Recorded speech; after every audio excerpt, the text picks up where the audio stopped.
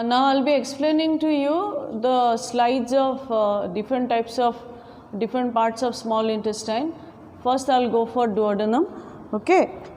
See, this is what focused is the epithelium part, the villi. You can see very broad stout villi. Slowly you move up. So I'm showing the submucosa with full of glands, and as you go downwards you can see the muscularis externa very darkly stained, and this is light pink is the serosa. Okay, so again I am returning back. Serosa, this dark area is the muscularis externa. Okay, inner circular, outer longitudinal, and this is the layer of submucosa where you get Brunner's gland. Okay, then I am coming back to the mucosa. What is mucosa? Mucosa consists of epithelium, okay, then lamina propria and muscularis mucosa. So the epithelium, you have these are the villi. In between you can see some empty areas. Can you make out some empty areas, empty looking cells? Those are nothing but goblet cells. So in duodenum the villi are short and stout, that is tongue shaped, and this is the crypts of Lieberkühn. Very clearly you can notice here, and these are all intestinal glands. All these intestinal glands will open into this crypts, okay, into this gap between the villi, and move upwards. Then this is the muscularis mucosa. Okay, so muscularis mucosa consists of very thin fibers of longitudinal muscle and circular muscle. Now coming back to the submucosa. So only in duodenum you get Brunner's gland. Already we discussed in theory. So these glands will pierce the muscularis mucosa and open into the lumen. Okay, it will pierce and open into the lumen. Then now here you can see this very thick layer of muscularis externa, same as the other parts of the GIT, inner longitudinal, inner circular, outer longitudinal, and this is serosa. So as I said, the intraperitoneal will be serosa and the retroperitoneal will be covered by adventitia, that is called adventitia. Roha. Now I will be showing you the slide of jejunum. Okay, so here I think you can notice very long, tall, leaf-like villi you will get. Okay, and that is the speciality of jejunum, much longer and bigger than compared to the duodenum and ileum. As we move downwards, you can see the intestinal glands in the lamina propria, okay, which will be opening. This is the crypt of Lieberkühn. Okay, then this is the muscularis mucosa, and down below here is the submucosa. Okay, then here is the submucosa, and this is muscularis externa,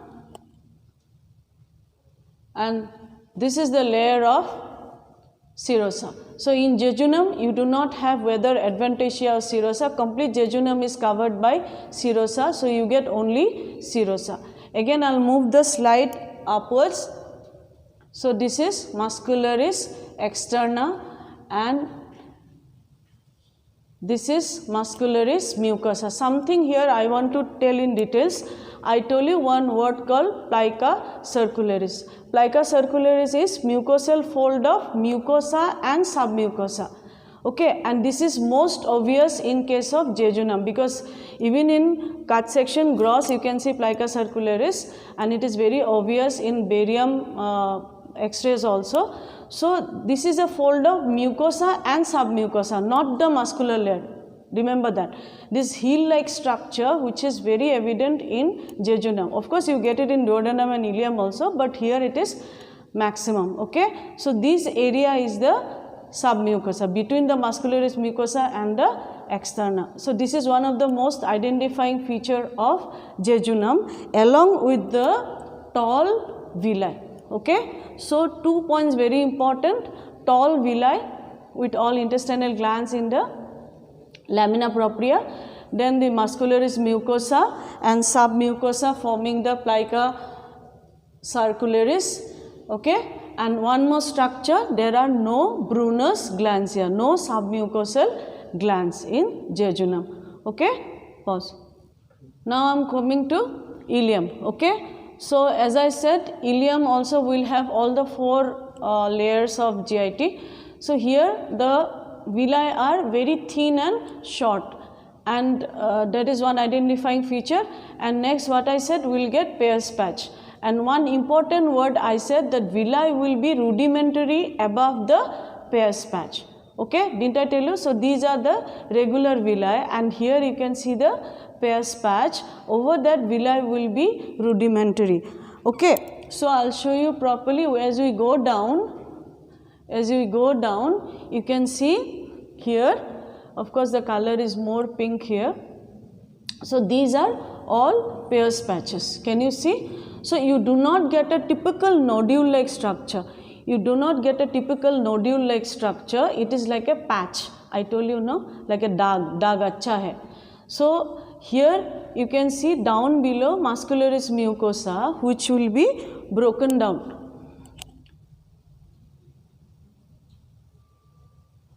Okay, so this is quite obvious. This was the muscularis mucosa. So Peyer's patch, you get it in lamina propria, but Peyer's patch, it will invade the lamina propria and breaking down of the muscularis mucosa, and often it will invade the villi, and the villi over the Peyer's patch will be rudimentary.